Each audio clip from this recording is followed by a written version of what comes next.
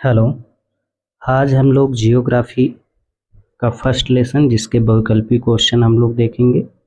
Lesson का नाम है संसाधन और विकास।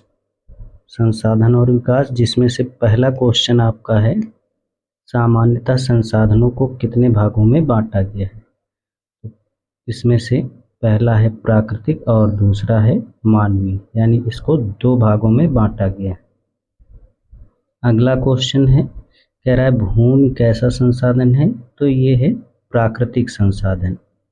नेक्स्ट क्वेश्चन हम लोग देखेंगे, कह रहा है कि निम्न में से जैव संसाधन है, तो जैव संसाधन जो है आपका अजैव संसाधन कौन सा है, तो इसमें पूछ रहा है, कह रहा है इसमें अजैव संसाधन, इसमें हो जाएगा चट्टानें। अजैव का मतलब जिसमें जीवन नहीं होता है और जैव का मतलब जिसमें जीवन होता है। तो नेक्स्ट क्वेश्चन हम लोग देखेंगे, कह रहा है ज्वारीय ऊर्जा किस प्रकार का संसाधन है, तो ज्वारीय ऊर्जा जो है नवीकरणीय संसाधन। अगला क्वेश्चन हम लोग देखेंगे, कह रहा है जीवाश्मीय ईंधन कौन सा संसाधन है, तो जीवाश्मीय ईंधन कौन सा संसाधन है, अनवीकरण योग्य संसाधन है। अगला जो है क्वेश्चन हम लोग देखेंगे, कह रहा है पहला पृथ्वी सम्मेलन जो है कब आयोजित किया गया, तो 1992 में आयोजित किया गया। अगला क्वेश्चन देखेंगे, कह रहा है सतत पोषणीय अवधारणा कब प्रस्तुत की गई, तो 1992 में प्रस्तुत की गई। नेक्स्ट क्वेश्चन हम लोग देखेंगे, पहला पृथ्वी सम्मेलन कहाँ आयोजित किया गया, तो ये आयोजित किया गया रियो डी जेनेरियो में।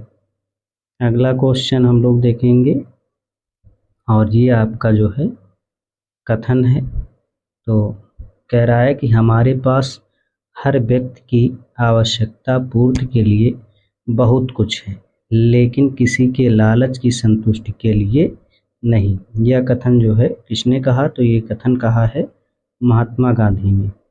नेक्स्ट क्वेश्चन हम लोग देखेंगे, कह रहा है कि यूनेस्को का पूर्ण रूप क्या है, यानी कि यूनेस्को का फुल फॉर्म क्या है, तो इसका फुल फॉर्म है संयुक्त राष्ट्र पर्यावरण और विकास सम्मेलन। नेक्स्ट क्वेश्चन हम लोग देखेंगे, कह रहा है एजेंडा 21 किससे संबंधित है, तो ये संबंधित है सतत पोषणीय विकास से। अगला क्वेश्चन हम लोग देखेंगे, कह रहा है राष्ट्रीय वन नीति कब लागू की गई, तो 1952 में लागू की गई। कब लागू की गई राष्ट्रीय वन नीति, 1952 में। अगला क्वेश्चन हम लोग देखेंगे, क्या राष्ट्रीय वन नीति 1952 के तहत किसी भी राष्ट्र में कितने प्रतिशत वनों का होना आवश्यक है, तो ये है 33%।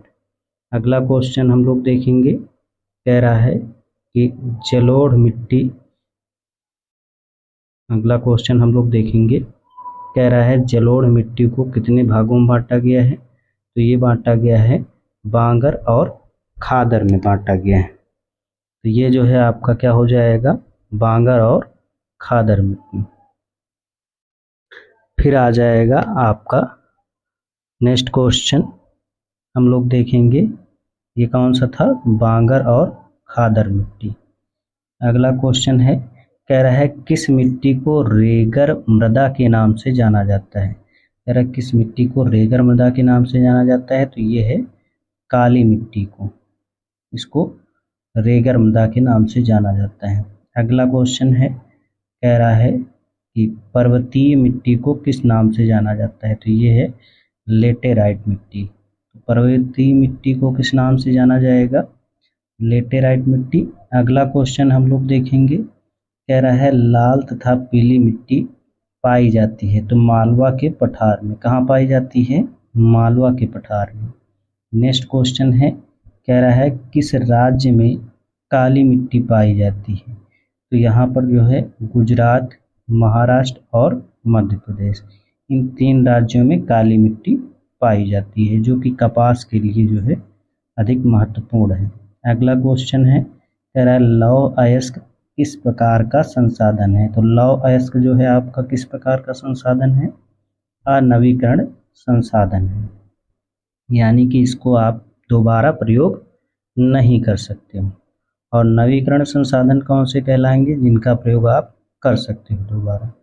नेक्स्ट क्वेश्चन हम लोग देखेंगे, कह रहा है कि पंजाब में और पश्चिमी उत्तर प्रदेश में भूमि निम्नीकरण का मुख्य कारण कौन सा है। तो ये है आपका अधिक सिंचाई। तो ये थे आपके इम्पॉर्टेंट क्वेश्चन जो कि आपके पेपर में आ सकते हैं।